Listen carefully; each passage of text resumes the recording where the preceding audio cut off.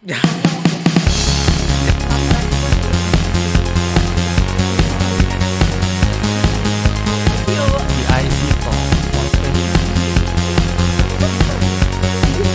Mohon maaf Bapak Ibu.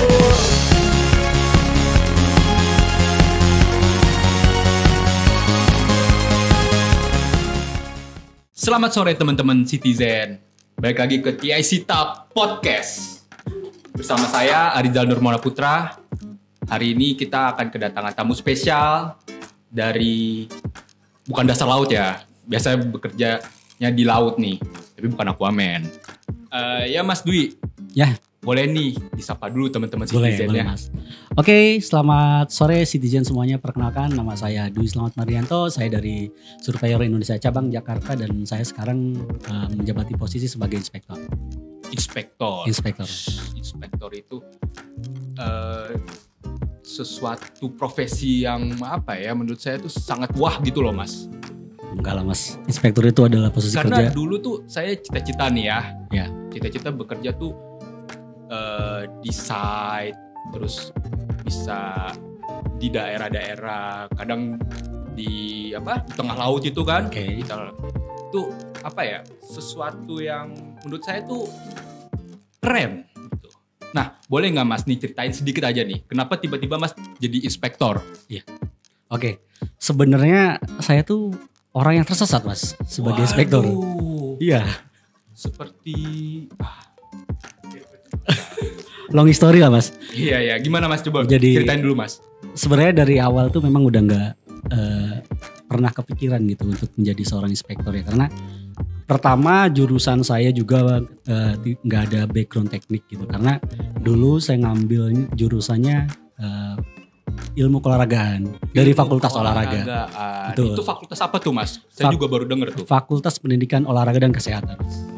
Itu nanti kalau misalkan ngambil pendidikan itu kedepannya jadi apa tuh? Ya kalau dari FPK itu sendiri kan itu non-dik ya, artinya murni. Jadi paling nanti bisa bekerja di dinas-dinas pemuda dan olahraga, di Spora Budpar ya, seperti itu sih. Lebih banyak main di background di luar, di belakang layar aja. Jadi guru olahraga Ya gitu ya? itu bisa, cuman harus ngambil akta 4 juga. Oke. Nah, ini kan beda nih. Betul. Mas pendidikannya keolahragaan. Terus tiba-tiba jadi inspektor yang harus backgroundnya itu teknik. Oke. Nah, boleh nggak Mas ceritain sedikit? Boleh. Jadi pada tahun 2012 saya tuh diajak kerja di offshore ya, di ONWJ pertama Oke. kali. Daerah mana tuh Mas? Di Laut Jawa. Laut Jawa. Betul. Ketemu Nyi Roro Kidul nggak? Wah, untungnya belum. Oh, Jangan belum. sampai sih. Iya. Jangan sampai baju hijau Mas. Wah, iya itu bahaya nanti lah. Oke, setelah itu saya baru tahu ada pekerjaan teknik, karena di sana itu ada pekerjaan macam-macam ya, namanya di offshore itu ada konstruksi, ada NDT, ada elektrisian, banyak sih. Cuman waktu itu saya lebih tertarik di dunia NDT waktu itu, karena saya melihat ada pekerjaan pemeriksaan bejana tekan waktu itu dengan menggunakan metode penetran Oke. sama RAT gitu. Jadi saya tertarik. Berarti Mas inilah ya, suka pressure, Ya. kegiatan. Betul. Suka tantangan Mas. Terus, nah pada saat Mas diajak nih untuk ke lapangan, itu Mas apa nih ya Mas kerjain nih pertama kali? Ya. Karena kan dulu itu Mas backgroundnya bukan teknik, terus belum ada pelatihan. Ya. Nah, Mas ngapain nih di lapangan? Apa jadi instruktur guru senam? Ya Mas, awalnya sih memang arahnya ke situ ya. Oh jadi instruktur guru senam. Waduh, asal jangan melambai gitu. Wah, bahaya. Cuman pada saat udah tahu lapangan jadi sudah tidak tertarik lagi gitu. Artinya pengen cari yang menantang. Lebih man gitu ya. Betul. Jadi waktu itu saya ngobrol sama teknisi NDT waktu itu, menanyakan terkait pekerjaan gitu. Pekerjaannya apa dan ngapain. Terus saya setelah dijelaskan saya tertarik gitu untuk mengambil pelatihan NDT namanya. Pada tahun 2012 kalau nggak salah saya mengambil pelatihan NDT di BMPT Bandung. Inilah awal pertama kali saya masuk di dunia teknik seperti itu. Itu, nah pada saat Mas ikut training nih, kan pasti teman-teman atau pesertanya tuh yang ikut training kan pasti juga banyak kan orang teknik nih. Nah gimana tuh Mas? Ada kendala nggak tuh untuk ikut menyeimbangkan sama peserta-peserta yang lain? Ya. Dengan modal belajar yang besar, motivasi yang tinggi, tentu ini tidak ada kendala gitu untuk seseorang yang mau berusaha gitu. Artinya siapapun itu bisa gitu jika kita mampu. Artinya di saat orang lain backgroundnya teknik itu hanya 1 kali belajar, karena kita non teknik jadi kita harus 2 atau 3 kali belajar. Berarti effortnya harus lebih lah. Betul, ya. harus besar. Yang penting kita ada kemauan untuk belajar. Betul. Ingin tahunya harus besar. Betul. Gitu Mas ya. Oke, setelah mendapatkan training nih Mas. Nah, kalau di NDT itu kan ada training-trainingnya tuh. Ada tingkatannya kalau nggak salah Mas ya? Iya. Nah tingkatannya boleh dijelasin? Ya, di dunia NDT itu ada 3 level, ada 3 tingkatan. Yang pertama itu level 1 tentunya. Level 1 ini hanya untuk sebagai teknisi bekerja aja gitu. Membantu level 2 gitu. Sedangkan yang level 2 di sini adalah dia bertanggung jawab untuk mereview hasil kalibrasi atau hasil pengambilan data dari level 1 tersebut, dan level 2 ini adalah bertanggung jawab untuk bisa bertanda tangan gitu untuk hasil laporan nantinya. Dia yang bertanggung jawab nanti ya. Betul. Terus kemudian level 3 itu di sini biasanya sudah bisa menjadi pengajar untuk NDT. Seru banget ya Mas ya. Nah, Mas. Terus ini NDT kan ya? Ya. Terus ternyata tuh beda antara NDT sama inspektor ternyata ya. Oke. Ada pelatihannya harus diambil lagi nih. Betul Mas. Betul. Nah, terus kalau inspektor sendiri itu apa Mas pelatihannya? Untuk inspektor itu banyak cabangnya ya. Ada namanya inspektor bejana tekan, ada crane inspektor, welding inspektor, dan lain-lain, masih banyak lagi. Dia lebih diklasifikasikan Betul, lah ya. Betul. Jadi kalau berbicara tentang NDT sebenarnya banyak orang yang salah mengartikan. Kebanyakan orang udah ngambil pelatihan NDT itu menganggap bahwa dia itu inspektor gitu. Padahal sebenarnya masih tahap di level teknisi aja. Iya. Dia bisa dikatakan untuk inspektor itu ketika dia sudah mengambil pelatihan seperti welding inspektor atau misalnya crane inspektor atau inspektor alat bantu angkat, itu sudah dinyatakan inspektor. Seperti itu sih Mas. Banyak cabangnya gitu. Ya menarik sih Mas. Jadi kita punya wawasan baru nih Mas terkait dunia inspektoran. Oke. Terus, nah pada saat Mas nih, kalau boleh tahu sampai mana nih Mas sertifikat yang Mas sudah dapetin? Ya, sertifikat yang udah saya miliki gitu. Pertama itu dari dasar ada NDT level 2 ya, ada magnetic particle inspection, ada MT, ada penetran sama UT. Kemudian saya mengambil pelatihan inspektor alat bantu angkat di Bandung waktu itu. Kemudian saya punya rope access technique RAT level 1. Kemudian ada MFL magnetic fluid linkage. Terus ada wire rope test. Ada apa lagi ya? Banyak sih. Banyak Mas ya? Banyak. Jadi dari 2017 nih Mas. Ya. Mas 2017 berkecimpung di dunia inspektor nih sampai 2023 sekarang ya. Itu udah berapa ratus sertifikat Mas kali ya? Berlebihan kalau itu. Berlebihan ya? Berlebihan. Ntar dikurangin deh kembaliannya, ada kembalian biasanya. Itu berlebihan. Iya, iya. Oh ya, jangan takut karena dari perusahaan juga memfasilitasi buat karyawannya yang mau maju gitu. Artinya kayak semacam pelatihan itu banyak banget dari program kantor buat siapapun yang mau maju. Kayak misalnya saya gitu, alhamdulillah selama di SI saya diberikan tambahan skill, yaitu ada pelatihan inspektor alat bantu angkat, juga pelatihan rope access technique gitu. Jadi ya buat teman-teman yang penting kita yang mau berusaha terus mau belajar, insya Allah perusahaan juga bisa membantu kita untuk mengembangkan kemampuan kita, menambah skill kita. Nah, itu training tadi Mas. Terus kita penasaran nih, Oke.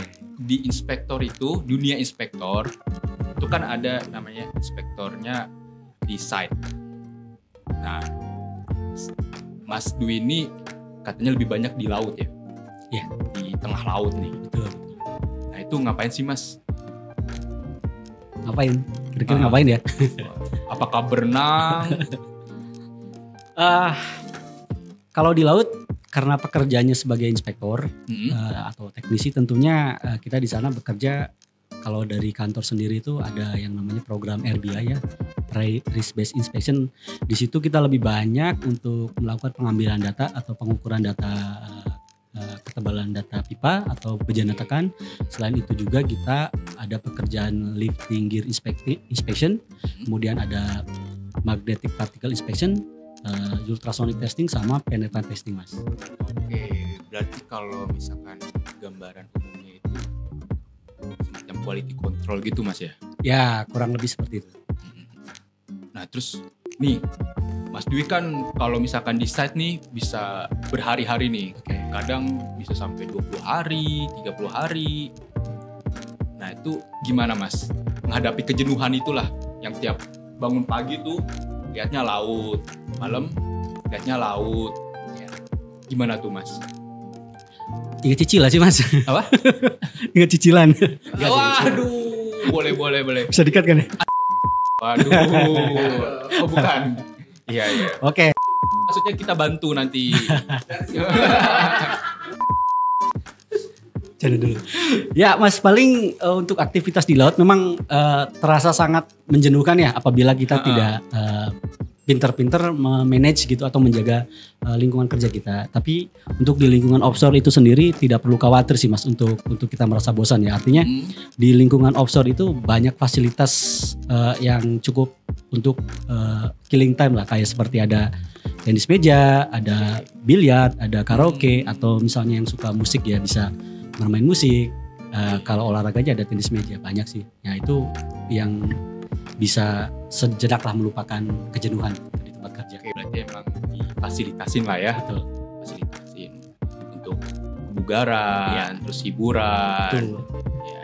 Jadi untuk teman-teman citizen nih misalnya, pingin deh jadi inspektor, cuman tapi takut nih misalkan berhari-hari gitu ya. Ya. Di site. Tenang aja, Mas Dwi ini contohnya Mas Dwi lah. Mas Dwi ini bisa menghadapi hal itu, menghilangkan kejenuhan tuh ternyata ada fasilitasnya di situ. Terus kalau misalkan di situ itu kan tengah laut, Mas ya? Ya. Terus kalau misalkan komunikasi nih, misalnya internet lah contoh. Itu apakah terganggu atau gimana, Mas? Ya. Untuk kendala di laut memang pasti di internet ya gitu. Ada beberapa lokasi yang memang di sana internetnya kenceng ya, wifi-nya. Terus juga ada beberapa lokasi yang memang kita nggak pernah bisa gitu dapat koneksi sama sekali. Nah ini yang kerasa banget gitu, kerasa jenuhnya kalau ya kita nggak bisa komunikasi sama keluarga. Betul, itu pasti lama ya. banget. Gak nyoba ngirim pos, Mas, kayak zaman dulu gitu. Boleh sih, nanti kita coba ke Berenang ikan lumba-lumba gitu. Ikan paus gitu kita coba sekali. Ya. Terus ini, Mas, kita bicara kendala. Kendala di lapangan. Ya. Selama Mas bertugas di site, kendala apa nih, Mas? Boleh diceritain gak sedikit? Mungkin yang membekas di ingatan Mas tuh apa? Iya. Kendala di tempat kerja gitu ya. Kalau terakhir sih aku ada kendala di ini pada saat ada kerjaan di daerah tertentu gitu ya, yang memang di situ terkenal dengan LSM-nya gitu. Artinya di sisi lain kita dari manajemen harus cepat menyelesaikan tugas itu, karena kan prosesnya harus cepat ya, waktu dan segala macam. Cuman untuk kendala di lapangan kan tidak secepat itu gitu. Nah, cuman waktu itu alhamdulillah sih karena memang masih daerah sendiri waktu itu, jadi masih bisa mengatasinya gitu kendala. Daerah sendiri itu maksudnya daerah tempat tinggal Mas Dwi? Iya betul. Boleh disebut gak sih? Akamsi berarti nih. Boleh disebut gak? Akamsi. Iya. Itu jadi biasa ada LSM yang minta pekerjaan lah seperti itu. Nah, cuman ya dengan rayuan maut gitu, akhirnya ya bisa dinegosiasikan gitu. Iya. Seperti itu. Jadi ya, sejauh ini masih aman. Oke. Ya emang kendala-kendala di lapangan tuh kadang suka lebih berat malah ya. Iya, nggak bisa diprediksiin. Betul. Cuman ya kita yang harus pandai-pandai improvisasi. Nah terus keseruan apa sih Mas selama di lapangan nih sebagai inspektor? Ya, keseruan di lapangan jadi pada saat itu sih nyambung gitu jawabannya. Jadi pada saat sebelum menjadi inspektor memang tujuan saya menjadi inspektor itu dulu pengen merasakan naik pesawat aja Mas sebenarnya. Bisa keliling Indonesia. Waduh ya. Dan pada saat itu alhamdulillah gitu. Mungkin ini sudah jalannya, saya bisa masuk di Surveyor Indonesia dan dari sini alhamdulillah gitu saya sudah keliling gitu kemana-mana, dari ke Bali, ke Balikpapan, ke Makassar, ke Kepulauan Anambas, ke Natuna, ke Padang, udah kemana-mana. Alhamdulillah sih. Jadi serunya paling sambil nge-vlog gitu Mas.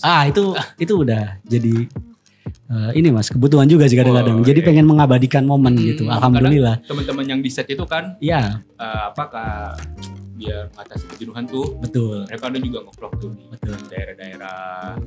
Itu salah satu hiburan juga sih Mas untuk di samping kita suka hiburan gitu kan. Iya. Ya kapan lagi sih yang namanya kita bekerja dibayar gitu sambil liburan gitu. Jadi anggap aja ketika kita bekerja itu sebagai liburan gitu. Jadi biar nggak terasa berat. Seperti itu. Sambil menyelam minum air. Betul. Sambil bawa ikan duyung. Wah. Terus itu bawa mutiara kan. Seperti itu Mas. Jadi ya dibawanya enjoy gitu. Nih Mas, saya atau mungkin citizen nih. Oke. Penasaran sih kalau misalkan pada saat penugasan itu awalnya dari mana sih Mas untuk sampai ke site khususnya di laut ya, karena kan kalau di laut itu kan kita harus naik kapal atau kata Mas Dwi bilang helikopter ya. Nah mungkin yang menurut saya lebih seru itu helikopter tuh Mas, bisa nggak Mas jelasin tuh? Oke. Mungkin proses mobilisasi kali ya dari Jakarta sampai ke site. Oke. Biasanya pada saat kita mau mobilisasi, kita itu dari Halim jam 3 Mas. 3 subuh? Jam 3 subuh, artinya jam 2 itu kita udah meluncur gitu dari kosan sampai ke Bandara Halim. Nah di sana itu proses proses pemeriksaan identitas, pengecekan barang dan lain-lain. Nah setelah proses itu paling kita setelah subuh kita baru berangkat ke Matak ya, namanya Kepulauan Matak. Itu menggunakan pesawat yang sudah disewa dari pihak usernya gitu. Yes. Berarti ini literally pejuang subuh lah ya. Iya, betul.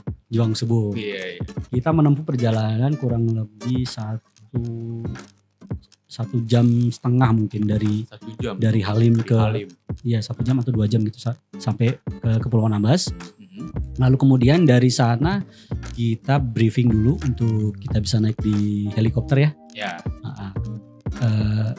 Dari Kepulauan Anambas ke site itu menggunakan helikopter kurang lebih 1 jaman Mas. 1 jaman.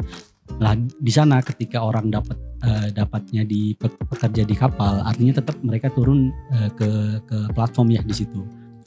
Oke. Tetap dari platform di sana. Kemudian bagi yang kerja di platform dia tetap stay di situ, dan yang kapal ya dia bisa melakukan transfer personel gitu dari platform ke kapal untuk dia bisa istirahat seperti itu. Oke, platform. Nah, pada saat ini dari helikopter nih, ya turun platform. Nah, itu Mas apa langsung kerja atau gimana Mas? Ada briefing lagi kah?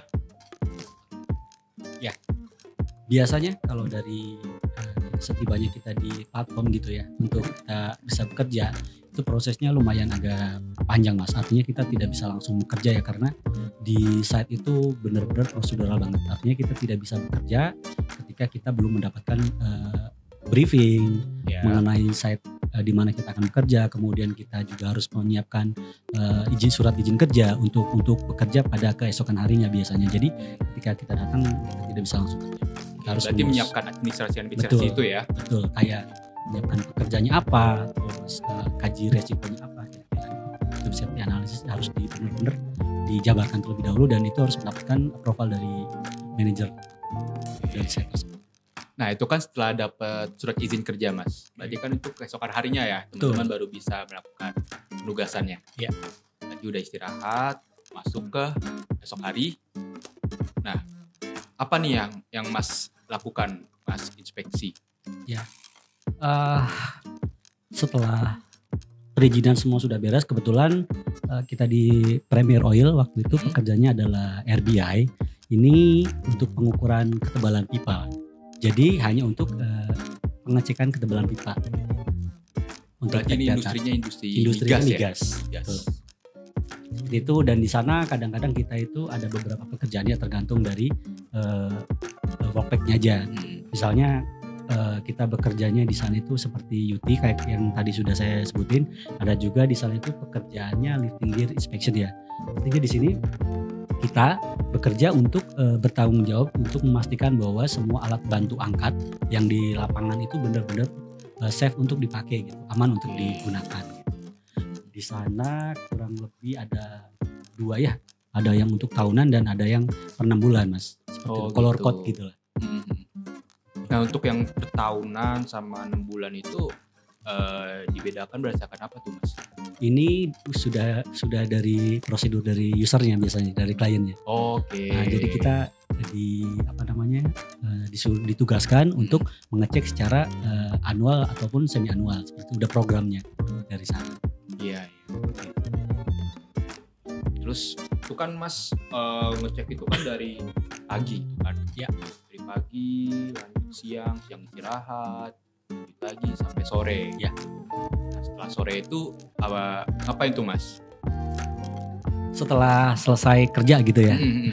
Biasanya setelah kerja beres, laporan juga beres karena kita harus input data kan ya. Tidak mungkin kita di lapangan terus. Iya. Kemudian ya untuk malam kita waktunya untuk santai-santai aja Mas. Untuk Istirahat menyalurkan lah ya. hobi istirahat gitu. Istirahat. Bagi yang suka nyanyi ya bisa karaoke, kemudian buat yang suka olahraga biliar ya bisa biliar, terus bisa main catur, ya bisa hiburan. Kalau malam itu untuk santai sih. Nah, terus Mas ini kan di laut nih, tengah-tengah gitu. Berarti kan kita nggak bisa memprediksikan cuaca. Nah, kadang tuh kan ada badai. Pernah nggak Mas ngalamin badai? Badai pernah Mas. Nah, pas lagi ngapain tuh Mas? Waktu itu di bulan September ke Desember Mas. Waktu itu ada kerjaan di FSO. Nah kebetulan pas kita ke sana itu pas lagi cuaca kurang baik ya, kurang bagus. Dan di sana saya mengalami badai. Artinya kapal sebesar itu jadi mencekam aja Mas. Kayak kita digoyang-goyang di kora-kora seperti itu, bahkan ini lebih dahsyat. Lebih dahsyat lah ya. Lebih real. Artinya baru ngelihat barang itu naik turun gitu. Geser kanan kiri dan semuanya ya lumayan bikin memabukkan sih. Nah terus pas badai gitu, berarti kan kita nggak bisa melakukan aktivitas ya, duduk gitu ya. Iya. Nah pernah nggak pas lagi penugasan gitu, ada badai gitu ganggu kerjaan?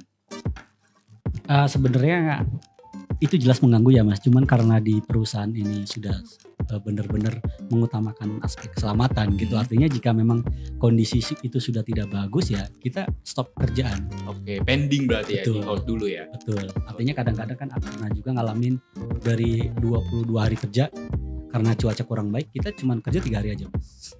3 hari dari 22? Gak masalah. Oh gitu. Betul. Nah terus sisanya itu? Ya kita stay aja di kapal. Kebetulan waktu itu dapetnya di kapal. Jadi ya makan tidur. Tapi mempengaruhi report Mas gak? Gak masalah. Gak masalah ya? Masalah karena kan kita ada daily report. Jadi kita itu bisa melaporkan gitu bahwa aktivitas hari ini tuh ngapain aja sih, kondisinya gimana. Jadi sudah ada yang bertanggung jawab asal komunikasinya bisa terjaga dengan baik. Saya kira tuh kalau misalkan di hold nih, akhirnya extend tuh teman-teman dari 22 akhirnya harus tambah lagi 30 hari, 30 hari, 35 hari gitu. Bisa aja sih Mas, cuman itu tuh harus mendapatkan persetujuan dari OIM, biasanya dari OIM tersebut. Artinya kita harus diberikan angket dulu lah, namanya tuh kuesioner bahwa mentalnya masih sanggup atau tidak. Enaknya sih di situ. Kalau memang profil masih bagus gitu, ya udah. Menguji kewarasan Mas sendiri gitu ya. ya. Betul. Iya. Psikolognya keganggu nih kan. Betul. Psikolognya keganggu. Cuman ya semua itu bisa dikalahkan Mas, karena argonya kan tetap jalan ya. Kalau di sana itu sih. Iya, yang penting Iya. piti-piti. Yang penting argonya jalan ya, Betul. itu udah lupa. Iya. anggap sebagai liburan. Iya. Nah, itu kan di kapal tuh Mas. Iya. Pada saat ini nih, demobilisasi Oke. lantaran lewat helikopter. Ya. Nah, kata Mas Dwi itu sempat ada kendala juga ya? Oh Pas iya. mau mendarat atau pas gimana tuh Mas? Itu kejadiannya pada saat mau local movement ceritanya. Mau local movement dari lokasi Gajah Baru ke PSO Mas. Biasanya untuk local movement itu memakan waktu 5 menit udah sampai gitu lokasi. Oke. Lalu kemudian pada saat kita udah terbang di atas, alarm dari helikopternya itu bunyi terus Mas. Artinya dari yang awalnya 5 menit karena ada kebocoran hidrolik, itu si helikopter itu nggak bisa belok Mas. Artinya jalannya lurus terus. Ini yang menyebabkan tidak jadi gitu. Untuk local movement akhirnya kita dan tim itu kembali ke Matak Airport dan itu memakan waktu kurang lebih 1 jaman. Dan pada saat perjalanan pulang ke Matak itu suasananya benar-benar mencekam Mas, karena setiap 5 menit ini alarmnya itu selalu bunyi gitu. Selalu bunyi, tidak bisa belok kanan kiri ya kalau hidrolik bocor. Dan selama itu pula keadaan di dalam pesawat itu mencekam. Teman-teman aku ingat banget ada Pada zikir gitu ya Mas? betul, ada 6 orang di situ. Wih. Benar-benar perjalanan 1 jam yang sangat panjang gitu. Karena selain selain chopper itu tidak bisa digerakkan, si chopper itu terbangnya semakin turun Mas. Artinya setiap berapa menit itu dia terbangnya turun dan tiba puncaknya itu 5 menit sebelum kita landing itu pilotnya sempat bilang, kopilotnya waktu itu, bapak-bapak semua, pahit-pahitnya nanti kita akan ditching gitu, mendarat di laut. Nah dari situ tuh kebayang dong yang namanya di laut itu jauh Iya, dari siapapun. betul. Saya tengok kanan, saya tengok kiri, depan belakang, Semua air laut gitu semua. Bahkan sampai kepikiran, waduh saya bisa meninggal, ya. jasad saya nggak diketemukan. Nah seperti itu. Iya. Langsung mencekam dan alhamdulillah pada saat perjalanan sampai juga ke Matak, ke airport. Namun pada saat proses landing itu tuh si choppernya tidak mendarat dengan sempurna karena dia keluar dari lintasan lalu ke rumput gitu. Jadi landingnya nggak sempurna, bahkan sempat miring Mas. Sempet miring gitu Sempat ya. miring seperti Cuman itu. alhamdulillah nggak ada inilah ya, Alhamdulillah. luka atau apa ya. Alhamdulillah enggak, karena di sana timnya sigap gitu. Artinya udah pada standby kan karena ngobrol dari radio. Jadi meskipun agak miring dari lintasan, alhamdulillah masih diberikan keselamatan. Itu kan kata Mas Dwi, helikopternya nggak bisa digerakin kiri kanan. Iya. Nah terus gimana tuh dari pas mau berangkat tiba-tiba ada kendala, mau balik itu gimana caranya? Apa Iya. helikopternya mundur nih? Kebetulan waktu itu trek untuk pulang itu lurus terus Mas. Saya nanya itu, jadi nggak bisa belok kanan kiri kan. Kalau biasanya kan belok putar balik dulu. Iya. Kebetulan itu arahnya lurus gitu. Jadi ya udah sempat memutuskan pilotnya ya udah kita langsung pulang aja ke airport. Ya alhamdulillah sih dari situ.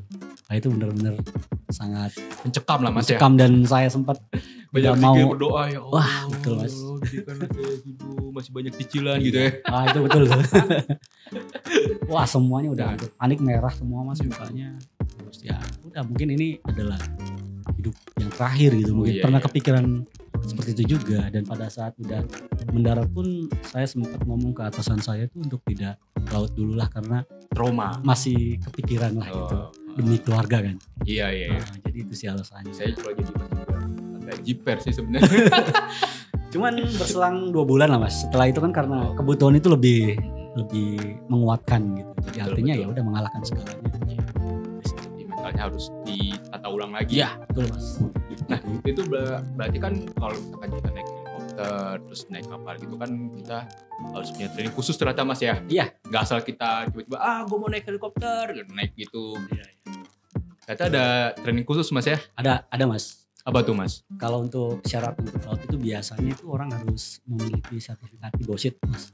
BOSIT atau survival, terus basic first aid kit, sama basic firefighting mas, itu udah mandatori banget sih, harus dimiliki sama seseorang untuk bisa bekerja di laut gitu.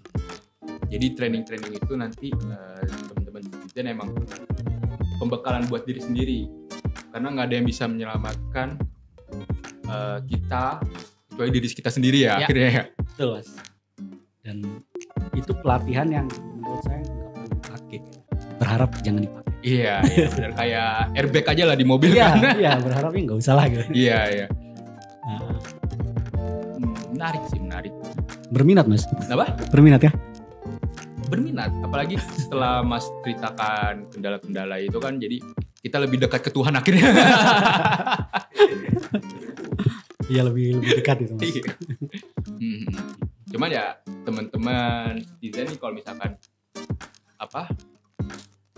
yang tadinya udah berniat jadi inspektor nih, terus diceritain sama Mas Dwi ada kendala-kendala kayak gini, ya baiknya sih jangan mundur, jangan langsung pesimis, karena kan kejadian-kejadian ini kan menjadi suatu pembelajaran juga ya mas ya. Iya. Pembelajaran, jadi kita jadi lebih sigap, mental kita jadi lebih kuat. Oke, terus nih mas, di laut itu kan mistis sebenarnya mas ya. Oke. Kenapa mas? Saya tuh penasaran sebenarnya kalau teman-teman yang di site yang di laut terutama tuh kan jauh dari peradaban gitu. Ya. Ada nggak tuh mas kayak mas diganggu sama makhluk yang beda jenis dari mas lah? Apa mas? Waktu itu sih pernah ngalamin kejadiannya itu, tapi setelah dari laut gitu ya. Artinya pas mau demobilisasi, kita itu ada kendala, jadi sehingga kita harus menginap dulu ya di barak ya, di Matak. Ya. Nah kejadiannya di situ pada saat jam 11 malam. Saya waktu itu sama teman saya satu kamar, kebetulan diisi dua ruangan. Lalu teman saya tiba-tiba kesurupan mas di situ, karena di depan barak itu ada pohon besar banget, karena di sana masih alami banget ya, masih kepulauan, jadi pohonnya besar-besar. Pohon keramat itu kali ya? Itu bisa jadi mas. Nah waktu itu saya mau tiba-tiba kesurupan dan mau dicakar mas. Dicakar? Iya, memang sebelumnya ada suara kayak macan dulu, ini percaya tuh. Waduh. Nah, cuman untungnya saya ya bismillah aja kan. Iya. Baca ayat kursi gitu, kalau misalnya dia masih melawan ya saya lempar kursinya mas. Nah, baca ayat kursi, ayatnya dibaca, kursinya dilempar. Iya. Tapi itu real mas. Iya, alhamdulillah setelah baca-baca gitu, alhamdulillah istighfar, ya dia udah kembali lagi. Berarti kalau di laut nggak ada lah ya mas diganggu-ganggu gitu. Mungkin satanya juga belum bisa berenang kali itu. Iya seperti itu. Iya menarik sih mas. Dunia inspektor itu kan, jadi selain kita memiliki wawasan yang luas, terus kita juga banyak bisa jalan-jalan nih ke Indonesia. Buat teman-teman yang sekarang kan lagi zaman-zamannya traveling. Yes. Jadi teman-teman bisa kerja sambil liburan, dibayar lagi. Itu impian saya sih sebenarnya. Mudah-mudahan lah mas. Mudah-mudahan. Nanti saya kirim CV boleh. Nanti saya tetap aja kan harus sesuai administrasi. Yes. Oh iya, Mas Dwi nih dari 2017 sampai 2023. Iya. Paling jauh deh mas. Paling jauh tuh ke daerah mana?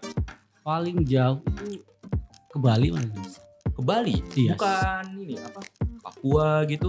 Kalau ke Papua saya belum pernah mas ditugaskan. Oh gitu. Berarti paling jauh Bali lah ya? Bali sama Makassar jauhan mana mas? Bali sama Makassar masih jauhan. Makassar? Iya Makassar. Berarti Makassar mas paling jauh. Kan gue nunggu jawaban citizen. Iya betul. Kalau saya kebetulan sudah pernah ke ini mas, beberapa set yang migas di Indonesia sih, kayak semacam Pertamina, terus Mubadala Petroleum, Petronas, PGN Syaka, Supreme Energy, Pertamina RU6, RU4. Alhamdulillah sih mas sudah pernah kemana-mana gitu. Jadi alhamdulillah Itu dari SI. industrinya semua migas. Ada Apa? migas, ada disnaker juga mas. Oh di Snaker. Iya. Oh, ya. Jadi teman-teman nih inspektor tuh bukan hanya di industri migas doang ternyata ya. Iya. Di Snakernya juga Iya, ada ternyata. ada. Cuman kebetulan saya dapatnya di kebanyakan di migas mas. Migas ya. Iya. Di situ. Seru kok mas, bisa inspeksi sambil jalan-jalan gitu. Mm. Itu Nah kalau misalkan di Snaker nih mas, inspektor di Snaker, itu apa tuh mas? Yang diinspeksi? Orangnya bukan?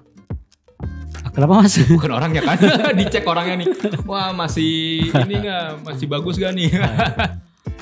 Sama seperti dokter lah mas, cuman ini bedanya benda mati ya yang dicek ya. Oke. Kayak misalnya di Naker itu kebanyakan sertifikasi, paling yang barang yang diceknya kayak kren, kayak apa namanya, forklift, bejana tekan, itu sama sih sebenarnya. Oh itu di Snaker ya? Iya. Oh, itu di Snaker sendiri mas, udah inspeksi di mana aja? Kalau saya selama di SI sudah pernah ke PJB. PJB. PJB-nya ada di Bekasi ya, ada di Indramayu udah pernah. Terus kemudian ke Total bangun Persada. Oh iya. Yang di depan juga, yang di depan Mercury Hotel depan kantor ya. Itu juga Oke. kebetulan kita sempat juga ngerjain. Terus banyak sih kayak di daerah Bekasi, di pabrik-pabrik Coca-Cola segala macam kita sudah pernah semua. Dapat Coca-Cola tuh mas? Nah, minum gratis Gratis. sepuasnya mas. Waduh kembung tuh. Harus habis tapi. Iya. Nah, itu. Snaker. Oke. Berarti kalau misalkan inspeksi di Snaker punya sertifikasi sendiri juga berarti mas ya? Iya mas, jadi dibagi dua. Ada yang skupnya migas, ada yang naker, artinya lisensinya aja sih sebenarnya. Oh license. Iya. Beda kan. Berarti semakin banyak training yang didapat nih, makin banyak aja nih yang Mas Dwi bisa inspeksi ya ntar. Iya, makin banyak mas. Waduh, bisa apa? Wah, pemasukan. Iya mas. Itu ya, ujung-ujungnya itu ya. Ujung-ujungnya duit. Ujung-ujungnya duit. Iya. Ya, Citizen mungkin itu aja bincang-bincang kita dengan inspektor handal kita. Jangan lupa di like, subscribe, dan komen untuk ikuti terus episode-episode berikutnya. Bye. Dah. Thank you. Izin semuanya. Perkenalkan, nama saya Dwi Slamet Faryanto. Saya dari cabang Jakarta dan saya sekarang sebagai inspektor untuk sebentar mas. Nggak apa-apa. Sebentar. Aman. Langsung kenalan gitu aja. Tetap ikutin lah. Ganti deh. Lanjut nanti. Aduh.